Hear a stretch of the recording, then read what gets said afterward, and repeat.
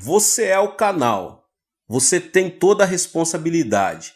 Se não desenvolver sua maneira de crer a fim de cooperar com Deus, ele será limitado. Deus é tão grande quanto você lhe permitir que ele o seja. Ele também é tão pequeno quanto você o obrigar a ser. Quando os pecadores vêm a Jesus, quebrados e infelizes, primeiramente lhes ensino que Deus habita em seu interior e que possui todo recurso em Jesus Cristo. Então procuro reeducá-los para que desenvolva seu coração a fim de cooperar com Deus. Todos, sem exceção, partem com nova fé e levam uma vida milagrosa e vitoriosa. Como é que este povo, se todos fossem realmente pobres e cheios de fracasso, pôde dar mais de 20 milhões de dólares à sua igreja de 1969 a 1977? Todos os anos damos cabo de nossos projetos, que geralmente custam de 1,5 milhão a 2 milhões de dólares. Estes membros podem dar porque foram enriquecidos e são sucesso tremendos porque sabem como obter a fonte de recurso. Mas primeiro devem ser limpos dos pecados da carne. A maioria das pessoas lutam com 4 pecados da carne. Pecados estes que devem ser vencidos antes que o cristão possa operar ativamente com Deus. Se não se livrarem destes pecados, seus canais serão tão entupidos que Deus não terá a oportunidade de fluir através deles. Descobri esses pecados durante os meus 20 anos de aconselhamento. Primeiro, as pessoas sofrem por causa do ódio. O primeiro pecado que examinaremos. Se conservar o ódio em seu coração, Deus jamais poderá fluir através de você. E esse ódio, esse espírito não perdoador, será o inimigo número 1 de sua fé. Cristo Jesus destaca esse fato em Mateus 6,14 e 15. Porque se perdoardes aos homens as suas ofensas, também vosso Pai Celeste vos perdoará. Se, porém, não perdoardes aos homens as suas ofensas, tampouco vosso Pai vos perdoará as vossas ofensas. Depois de pregar o 4º sermão no domingo de manhã, estou tão cansado que não desejo ver ninguém.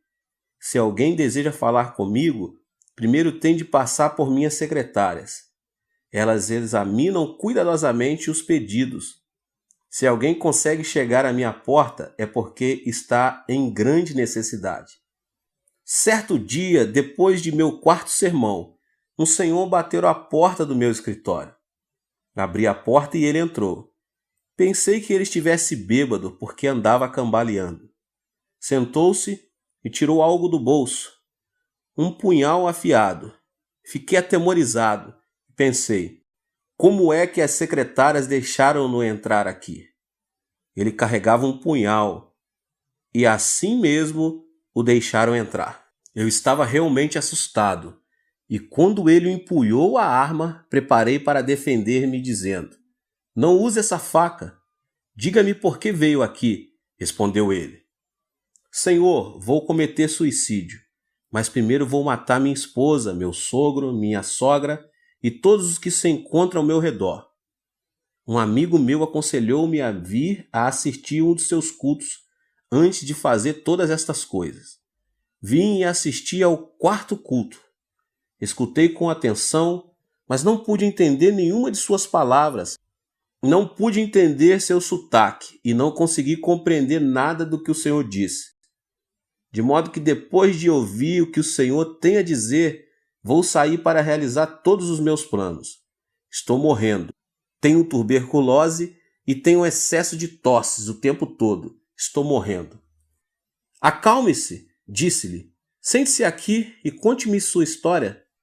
Bem, respondeu ele, durante a última etapa da Guerra do Vietnã, eu servi como mecânico e era um motorista. Trabalhei em todas as linhas de frente, construindo trincheiras e estradas, arriscando a vida a fim de ganhar mais dinheiro.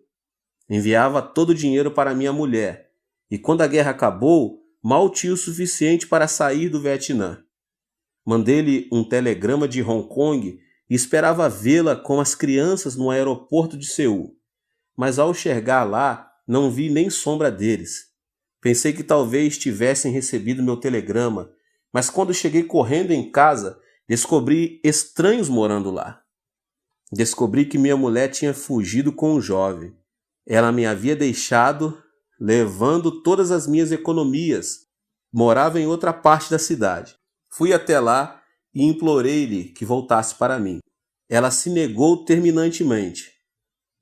Fui ver meu sogro e minha sogra a fim de expor-lhes o caso. Deram-me $40 e me expulsaram de sua casa. Em menos de uma semana eu tinha um ódio ardente em meu coração e comecei a vomitar sangue. Agora a tuberculose acaba comigo rapidamente e não tenho esperança alguma. Vou destruí-los um por um. Então matarei a mim mesmo depois. Cavalheiro, disse-lhe eu, essa não é a maneira de fazer vingança.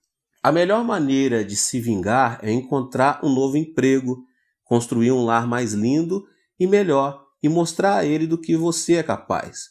Desta maneira você realmente poderá vingar-se. Mas matá-los e depois matar a si mesmo não lhe trará satisfação alguma. Odeio-os, clamou ele. Enquanto os odiar, vai destruir-se, disse eu. O ódio destrói mais a pessoa que odeia do que aos outros. Por que você não experimenta Jesus? Perguntei. Quando Jesus entra em seu coração, todo o poder de Deus vem e habita em você. O poder de Deus fluirá através de você. Deus o tocará, o curará e restaurará a sua vida. Você poderá construir sua vida e isso seria vingança verdadeira contra seus inimigos. Enviei-o à montanha de oração, onde ele aceitou a Jesus Cristo como seu salvador pessoal. Contudo, ele não podia perdoar de todo a sua esposa. Pedi-lhe, pois, que bendizesse sua esposa. A melhor maneira de perdoar sua esposa é bendizê-la. Abençoe-lhe o espírito, alma, corpo e vida. Ore para que Deus abra as portas dos céus e derrame bênção sobre ela. Não posso abençoá-la, exclamou ele. Não a amaldiçoarei, porém não a bendirei. Respondi, se não abençoar, não será curado. Ao abençoar, as bênçãos começam em você. Você vai aproveitar mais de suas bênçãos do que ela. Temos um ditado que diz, se deseja sujar o rosto dos outros com barro, terá primeiro que sujar suas mãos. De modo que, se amaldiçoar sua mulher, a maldição primeiro tem que sair de sua boca e você será amaldiçoado primeiro. Mas se abençoar sua esposa, a palavra de bênção procederá de seu coração, saindo-lhe pela boca e você será abençoado primeiro. Assim sendo, vá em frente e bendiga-lhe. Ele começou a abençoá-la, a princípio por entre os dentes, e orou, ó Deus, abençoa minha mulher, abençoa e dá-lhe a salvação. Ó Deus, dá-lhe a bênção. Ele continuou a bendizer-lhe e em menos de um mês foi completamente curado da tuberculose e sua vida foi transformada. O poder de Deus começou a emanar dele e sua face brilhava. Ao encontrá-lo um mês mais tarde, ele exclamou excitadamente, ó Pastor Cho, regozije-me no Senhor. Louvo a Deus porque agora realmente aprecio de verdade a minha esposa. Foi por ela ter me deixado que encontrei Jesus. Oro por ela todos os dias. Renovei minha licença para dirigir tratores. Tenho um novo emprego. Estou construindo um novo lar e espero que minha esposa volte para mim. Este homem louvava ao Senhor. Ele construía sua vida através do poder de Deus que tinha começado a emanar de sua vida. Ele estava curado de espírito e corpo. Se não se livrar de seu ódio, não poderá entrar em contato com o Senhor. Quando você sair a pregar o Evangelho, deve ajudar as pessoas a compreender isto. Certo dia, uma professora veio ver-me. Ela era a diretora de uma escola e sofria de artrite. Tinha ido a todos os hospitais, mas não tinha sido curada. Impus as mãos sobre ela, orei e repreendi a doença. Gritei, fiz tudo o que podia, mas Deus não a tocou. Muitas pessoas tinham sido curadas na igreja, mas a despeito de tudo, ela não era curada. Afinal, comecei a desistir. Mas certo dia o Espírito Santo me disse: não grite, ore e repreenda. Não posso fluir através dela, porque ela odeia o ex-marido. Eu sabia que ela se tinha divorciado 10 anos antes. Então, enquanto ela estava sentada à minha frente, eu disse: irmã, por favor, divorcie-se do seu marido. Ela olhou para mim e disse: pastor, o que o senhor quer dizer com divorciar-se de meu marido? Nós estamos divorciados há mais de 10 anos. Não, estou, respondi-lhe. Oh, sim, insistiu ela. Sim, respondi, é claro que estão, legalmente. Mas mentalmente você nunca se divorciou dele. Você o amaldiçoa todas as manhãs. Todos os dias você o amaldiçoa e odeia. Em sua imaginação, nunca se divorciou do seu marido. Em sua mente ainda vive com ele. E esse ódio está lhe destruindo e secando-lhe os ossos. Por causa disto, sua artrite não tem cura. Médico algum pode curá-la. Retorquiu ela. Mas ele causou-me tanto prejuízo. Quando me casei com ele, ele nunca arrumou um emprego. Esbanjou todo o meu dinheiro, destruiu minha vida e depois foi viver com outra mulher. Como é que posso amá-lo? Respondi. Amá-lo ou não é problema seu. Mas se não o amar, morrerá de artrite. A artrite somente será curada pelo poder de Deus. O poder de Deus jamais cairá do céu como um meteoro a fim de tocá-la e curá-la. Não, continuei. Deus habita dentro de você. Ele vai emanar de seu interior e curá-la. Mas seu ódio impede o fluxo do poder de Deus. Por favor, comece a bendizer seu marido. Bendiga seu inimigo e faça bem a ele. Então aprenderá a amá-lo e criar um canal pelo qual o Espírito de Deus vai fluir e tocá-la. Ela tinha o mesmo problema do homem que sofria de tuberculose. Chorando, ela disse: não posso amá-lo. Pastor, por favor, perdoa-me. Não o odiarei, mas não o amarei. Você não pode parar de odiá-lo senão o amar, respondi. Veja seu marido através da imaginação. Toque-lhe e diga-lhe que o ama e o abençoe. Uma vez mais, ela relutava, de modo que fiz uma oração por ela. Ela chorava mordendo os dentes, mas afinal começou a sentir amor por ele e, orando, pediu a Deus que o abençoasse, que o salvasse e que lhe desse todas as boas coisas. O poder de Deus começou a fluir através dela e ela foi tocada. Em menos de 3 meses foi libertada da sua artrite.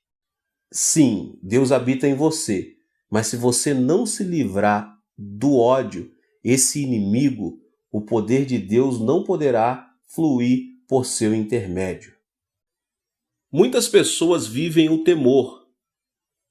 É nossa responsabilidade como cristãos ajudar essas pessoas a livrar-se deste medo, o segundo pecado neste grupo de 4 que estamos falando. Também já sofri de tuberculose. Sofri de tuberculose porque estava constantemente vivendo sob o temor da tuberculose. Na escola secundária, eu tinha uma aula na qual devia lidar com garrafas de álcool, com ossos e intestinos humanos. A simples vista dessas garrafas enchia-me de pavor. Certa manhã, o professor de biologia falava sobre a tuberculose. Naquela época não havia remédios miraculosos, e o professor disse que se contraísse tuberculose estaríamos perdidos, e nossos intestinos teriam a aparência do que estávamos naquelas garrafas, para o resto de nossa vida. Falou dos perigos da tuberculose e no final da aula disse: Há pessoas que nascem com tendência para a tuberculose. Homens com ombros estreitos e pescoços compridos são mais propensos a contrair tuberculoses. Todos os alunos começaram a esticar os pescoços e a medi-los como se fossem cegonhas. Olhando para os meus companheiros, vi que eu tinha o pescoço mais comprido de todos. Imediatamente tive o pressentimento de que contrairia tuberculose. O temor oprimia-me o coração. Quando cheguei em casa, olhei no espelho, medi o pescoço a tarde toda. O temor invadiu-me e comecei a viver sobre agudo temor da doença. Quando completei 18 anos de idade, sofri de tuberculose. O semelhante atrai o semelhante, e o igual produz seu igual. Se a pessoa tiver medo, o diabo tem um canal aberto para qual atingi-la. Temor é fé negativa. De modo como eu tinha medo da tuberculose, contraí tuberculose, e à medida que vomitava sangue, dizia a mim mesmo, sim, é exatamente isto que eu esperava. Eu tinha lido em certo periódico médico da Coreia que muita gente morre por hábito. Pensava comigo mesmo, como é que a gente pode morrer por hábito? Esses médicos não cristãos falavam do importante papel que o medo tem em nossa vida. Por exemplo, um homem de apenas 50 anos de idade, já avô, morreu de pressão alta. Seu filho, chegando aos 50 anos de idade, morreu de pressão alta. Ao chegar aos 50 anos de idade, no instante em que sentia alguma tontura, ele há de pensar, isso é um ataque de coração. Se sentir alguma dor no peito, espera imediatamente outro ataque. Vive cada dia com o seu temor e expectativa. O medo cria esta situação em seu corpo e logo ele está de morrer de um ataque cardíaco. Muitas mulheres morrem por causa do medo do câncer. Certa mulher poderia dizer, bem, minha tia morreu de câncer, minha mãe morreu de câncer, de modo que com certeza também morrerei de câncer. Quando essa mulher chegar à mesma idade na qual sua tia e sua mãe faleceram e sentir qualquer tipo de dor, poderá dizer, isto é o câncer. Certamente está chegando meu tempo. Ela há de esperar todos os dias, dizendo a si mesma que vai sofrer de câncer, e repetirá esse pensamento muitas vezes. É desta maneira que os médicos diziam que a pessoa morreria por hábito. Se a pessoa tiver um temor específico, então o poder da destruição começará a fluir. Em 1969, quando Deus me pediu que renunciasse ao pastorado de minha segunda igreja, eu tinha 10.000 membros batizados com uma assistência regular de 12.000. Eu vivia feliz, sentia-me bem satisfeito. Tinha uma linda casa, uma esposa maravilhosa, filhos, carro do último modelo e até chofer. Então eu disse, Deus, vou ficar nessa igreja até que os meus cabelos se tornem brancos. Mas certo dia, enquanto estava orando em meu escritório, o Espírito Santo veio e disse, Chu, seu tempo aqui terminou. Você deve preparar-se para mudar. Senhor, disse eu, mudar-me? Já comecei uma igreja e esta é a segunda que começo e edifico. Desejas que eu vá abrir um terceiro trabalho? Por que deve ser sempre eu que dê início a novas obras? Estás escolhendo a pessoa errada. Dize a outro que vá. Assim comecei a discutir com o Senhor. Ninguém, entretanto, deve argumentar com Deus, porque ele sempre tem razão. Finalmente, Deus persuadiu-me dizendo, você deve ir e edificar uma igreja com espaço para 10.000 pessoas. Uma igreja que possa enviar pelo menos 500 missionários. Pai, repliquei, não posso fazer isso. Tenho pavor mortal de edificar uma igreja desse tamanho. Mas Deus disse, não. Disse-lhe que vá e você tem que ir. Consultei um construtor acerca dos custos. Disse-me ele por alto que eu ia precisar de pelo menos 2,5 milhões de dólares só para a igreja. Para o terreno precisava de outro 500 mil e para o terreno contíguo, a fim de construir o complexo de apartamentos, outros 2 milhões. Um total de não menos 5 milhões de dólares. Perguntou-me quanto dinheiro eu tinha. Disse-lhe que possuía 2.500 dólares. Ele olhou para mim espantado, sacudiu a cabeça e não disse nada. Então fui a uma reunião dos anciões da igreja e contei-lhes o plano. Certo ancião disse: Pastor, quanto dinheiro o senhor vai conseguir nos Estados Unidos? Nenhum centavo, disse-lhe eu. Disseram: O senhor é um bom homem, um ministro genuíno, mas não é homem de negócios. Não é assim que se constrói uma igreja em um complexo de apartamentos. Então reuni meus 600 diáconos. Quando lhes contei o plano, começaram imediatamente a agir como coelhos assustados, como se eu fosse impor-lhes um tributo de sangue. Senti-me desnorteado. Estava cheio de medo. Fui ao Senhor. Senhor, ouviste todas as palavras dos anciões e diáconos. Estão todos de acordo, de modo que o Senhor tem de pensar sobre este assunto de novo. Então o Espírito Santo falou ao meu coração: Filho, quando foi que lhe pedi que fosse falar aos anciões e com os diáconos? Então, eu não devia? Perguntei.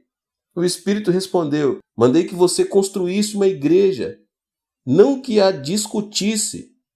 Esta é a minha ordem.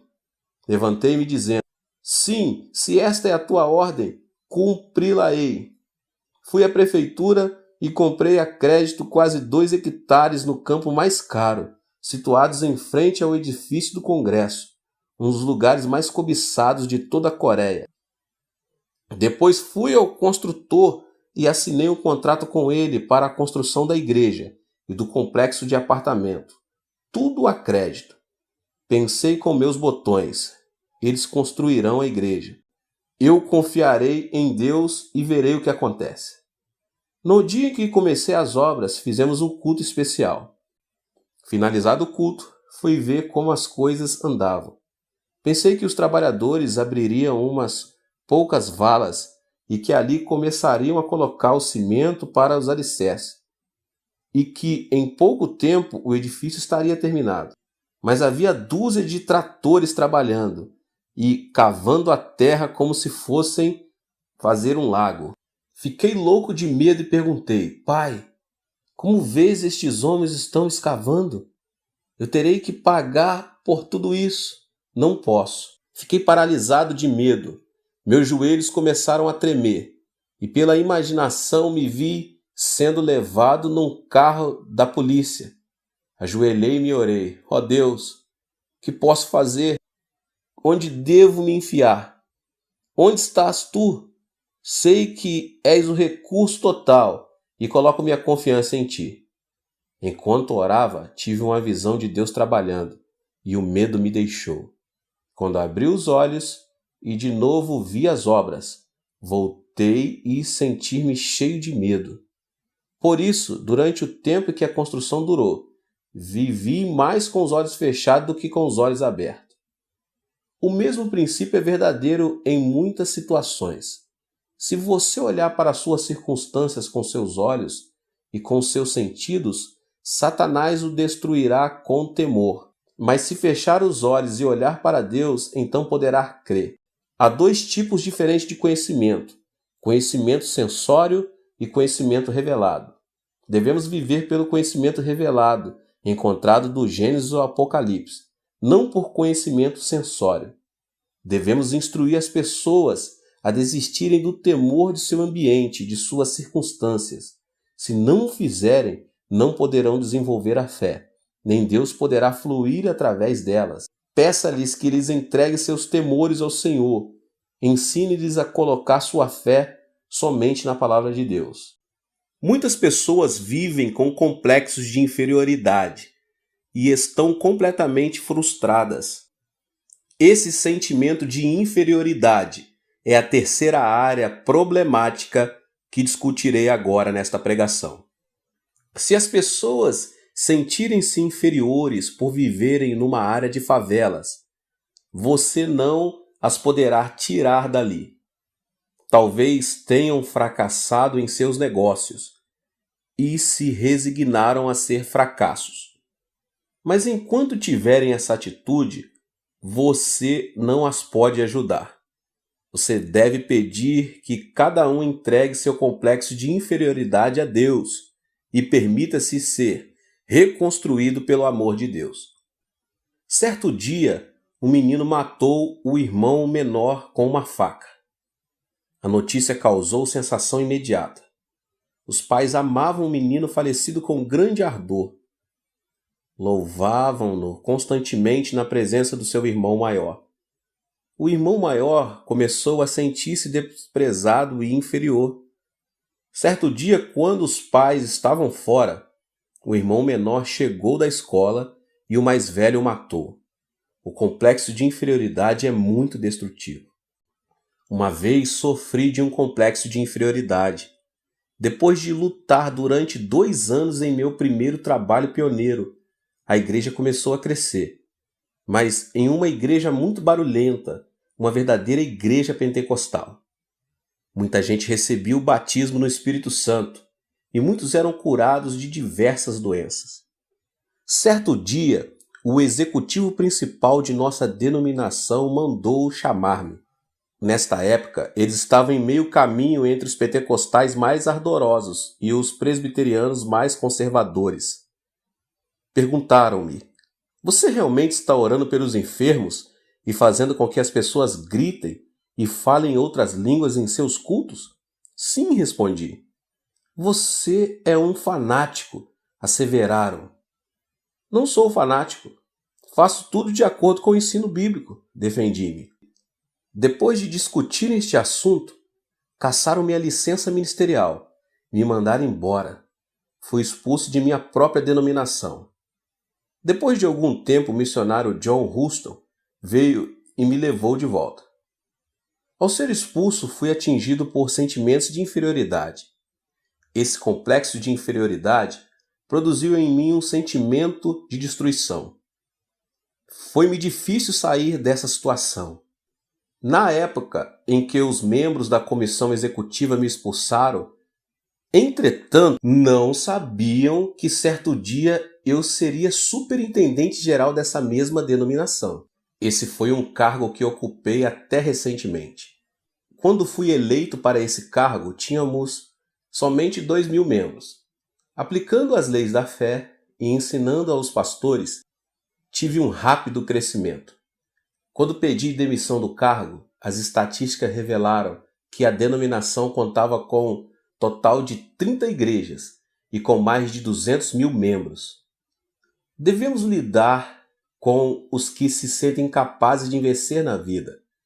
Devemos tirá-los de sua depressão e pessimismo, edificá-los no amor de Jesus Cristo e dar-lhes fé, dizendo-lhes que nada é impossível ao que crê. Devemos curá-los e treiná-los. Logo eles se desfarão de seu sentimento de inferioridade. Certo domingo de manhã, enquanto pregava no segundo culto, vi um homem que eu sabia estar mentalmente doente. Ele foi trazido com os pés e mãos amarrados. Nesse dia, estávamos fazendo compromisso para terminarmos com êxito a 5ª etapa da construção. Muitas pessoas estavam preenchendo cartões de compromisso. Quando esse homem recebeu um cartão, ele o preencheu com a quantia de $100. Sua esposa riu quando os diáconos passaram para recolher as ofertas. "Não acredite nele", disse ela. "Ele está doido." Mas depois do culto, quando o fui ver, ele estava completamente curado pelo poder do Espírito Santo. Estava de novo em perfeito juízo, plenamente consciente do que fazia e dizia. Tinha sofrido de um profundo complexo de inferioridade. Explicou: "Eu tinha uma fábrica de fertilizantes, mas fui à falência. Fiquei tão preocupado que perdi a razão. Então, levaram-me para um hospital psiquiátrico, onde recebi uma série de eletrochoques, mas nunca me curaram. Mas enquanto eu estava sentado ali ouvindo as suas palavras, subitamente saí de meu estado mental e tive consciência da realidade. Perdi meus amigos, meu prestígio e meu crédito. Tenho uma montanha de dívidas. Não posso fazer nada. Não sou ninguém. Você é alguma coisa, disse-lhe eu. Você não é inferior. Você veio a Jesus e agora todo o poder de Cristo e todos os seus recursos residem em você. Você é um homem de Deus. Levante-se vitoriosamente. Você tem dentro de si todo o poder e todos os recursos de Deus à espera de serem liberados. Que tipo de trabalho posso fazer? Perguntou-me. Não sei, respondi. Mas continue a ler a Bíblia e a orar. Certo dia ele voltou cheio de entusiasmo. Pastor, li o versículo da Bíblia que diz sermos o sal da terra e a luz do mundo. Que lhe parece eu entrar no negócio de vender sal a varejo? Se você acredita nisso, vá em frente, disse eu. Faça-o. Ele se foi e começou a vender sal em pequena escala. Pagou seus dízimos, pagou a promessa que tinha feito e regozijava-se muito no Senhor. Deus começou a abençoá-lo e seu negócio de vender sal prosperou muito. Com o passar do tempo, ele construiu um grande armazém à beira do rio, onde colocou um capital de $500 em sal. Mas certa noite de verão chovia torrencialmente e pela manhã, quando me levantei, a área toda estava inundada. O armazém dele estava inundado. Fiquei apreensivo. Nesta tarde, depois da parada da chuva, corri à casa dele. Outros artigos e materiais podem ser recuperados depois de uma inundação. Mas o sal é o muito amigo da água. Ao entrar no seu armazém, vi que todo o sal tinha desaparecido. O homem, agora ancião de minha igreja, estava sentado no meio do depósito, cantando e louvando a Deus. Entrei sem saber se ele estava em perfeito juízo ou não. Cheguei-me a ele e perguntei: Você está bem ou está louco? Pastor, estou perfeitamente bem, sorriu ele. Não estou louco. Não se preocupe. Perdi tudo. Deus o levou. Mas como o Senhor sempre me tem dito, os recursos todos estão dentro de mim. A água pode lavar meu sal, mas não pode desfazer os recursos da presença de Deus que habita em mim. Posso fazer brotar esses recursos novamente através da fé e da oração. Espere só. Dê-me um tempo. Levantarei meus negócios de novo. Já não sofria de nenhum complexo de inferioridade. Estava cheio de confiança. Hoje, ele é um multimilionário e continua a vender sal. Também começou a fábrica de relógios e tem sua fábrica própria. Ele já me acompanhou a Los Angeles, a Vancouver e a Nova York. Recentemente fez uma viagem à Europa. Este homem é somente um exemplo de como podemos ajudar as pessoas a se livrarem de seus sentimentos de inferioridade, dando ênfase a todos os recursos de Deus que lhes estão à disposição. Muitas pessoas também sofrem de sentimentos de culpa. Este é o quarto problema que deve ser vencido antes que o cristão possa trabalhar ativamente com Deus. Pois enquanto a pessoa sofrer de culpa, Deus jamais poderá fluir através dela. Precisamos ajudar as pessoas a se livrarem de seus sentimentos de culpa. Precisamos fazê-las compreender que quando se sentem indignas e cheias de culpa, simplesmente poderão vir ao Senhor e Ele as limpará. Certo dia eu estava em meu escritório, quando entrou um lindo casal. O homem era uma pessoa muito elegante e sua esposa uma senhora adorável. Embora essa adorável senhora tivesse mais ou menos 30 anos de idade, parecia velha, emaciada e quase nem podia abrir os olhos. O marido disse: Pastor, minha mulher está morrendo.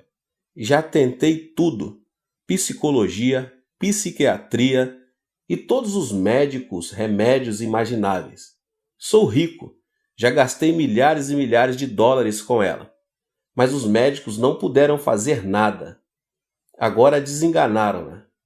Ouvi dizer que o Senhor realmente tem ajudado muita gente e que muitos foram curados por seu ministério. Disse-lhe que tudo isso era verdade e olhei para ela procurando o discernimento e a sabedoria de que ela precisava nessa situação. Orei silenciosamente. Senhor, ela veio até aqui. Agora o que faço? Imediatamente a voz de Deus falou. Ela sofre de uma doença psicossomática. Não é uma doença orgânica, é mental. Pedi que o marido saísse do escritório e, voltando-me para a mulher, disse: A senhora deseja viver? É preciso que viva por causa de seu marido, pelo menos. Se a senhora tivesse de morrer, já devia tê-lo feito, pois agora tem 3 filhos. Se morrer agora, deixando os filhos para o seu marido cuidar, realmente atrapalhará a vida dele. Portanto, de uma maneira ou de outra é preciso que a senhora viva para o seu marido e seus filhos. Gostaria de viver, disse-me ela. Então posso ajudá-la, mas somente com uma condição. Deve contar-me sua vida passada, respondi. Ela se aprumou na cadeira e com ira nos olhos respondeu: Será que estou numa delegacia de polícia? O senhor é um ditador? Por que me pede isso? Isto não é um interrogatório e não tenho que revelar meu passado. Então não poderei ajudá-la, respondi. Se a senhora persistir nesse curso de ação, vou pedir que Deus revele diretamente as áreas problemáticas do seu passado. Ela ficou espantada e, tirando um lenço da bolsa, começou a chorar. Depois de um longo suspiro, disse: Pastor, vou revelar meu passado, mas não acho que seja esse meu problema. Sim, disse eu. Esta é a causa de seus problemas. Meus pais morreram quando eu era bem jovem e praticamente fui criada por minha irmã mais velha. Minha irmã era como uma mãe para mim e meu cunhado como um pai. Tomaram conta de mim e morei com eles durante meu tempo de ginásio, colegial e faculdade. No meu 3º ano de faculdade, minha irmã foi para a maternidade a fim de dar à luz seu último filho. Durante o tempo em que ela esteve lá, eu tomei conta da casa e das crianças. Sem saber o que estava acontecendo, meu cunhado e eu nos apaixonamos. Não sei o que aconteceu comigo, mas caímos num relacionamento imoral.